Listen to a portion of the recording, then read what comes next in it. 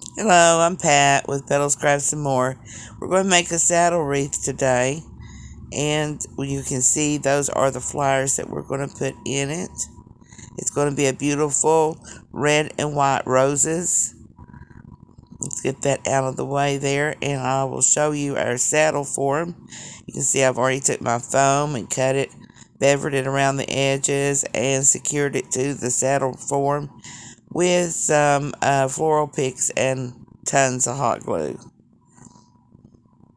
Now we're going to remove our stems from the bush so we can start arranging.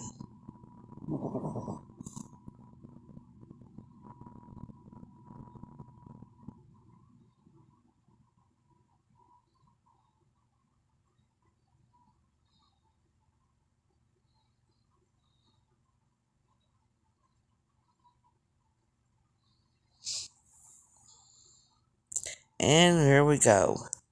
We're going to alternate the red and white roses on the design. And as you can see, we're doing the stair-step method, which means you find your center flower, put it right in the center of your foam, and it's going to be your tallest one. And from there, you're going to stair-step down on both sides and in the front and the back, which is what we're doing here.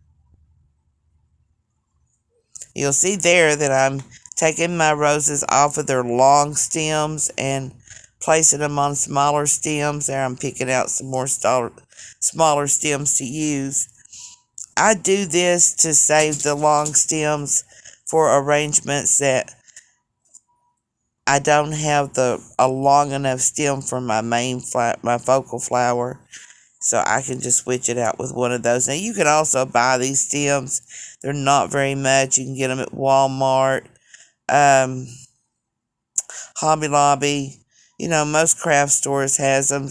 Most floral stores will have them as well. You see, I did not cut down. I only cut down one bush of each to start with, and now we're cutting down the second bush of the red. It took 2 red bushes and 1 white and 2 filler bushes and 1 of each of the greenery bushes that I used. You can see there that I put hot glue around the base of the rose. Most roses that you get nowadays come with hot glue, but it's very easy to remove it.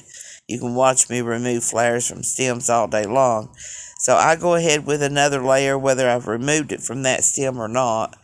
I go ahead and put another layer of hot glue there. These are going to be outside. The wind's going to be blowing all kinds of stuff. Rain, sunshine, snow, sleet. Everything's going to be happening out there. So you don't want them to blow off. And I do that to give it that extra bit of security there, stability, so that it won't blow off. And when the family goes back to look at the headstone again, you got stems sticking up without any flowers. We would never want that.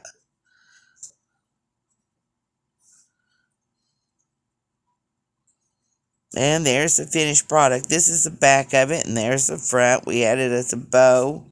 And then the back, as you can see there, I put a red and white head rose together to make a center point for the back as well.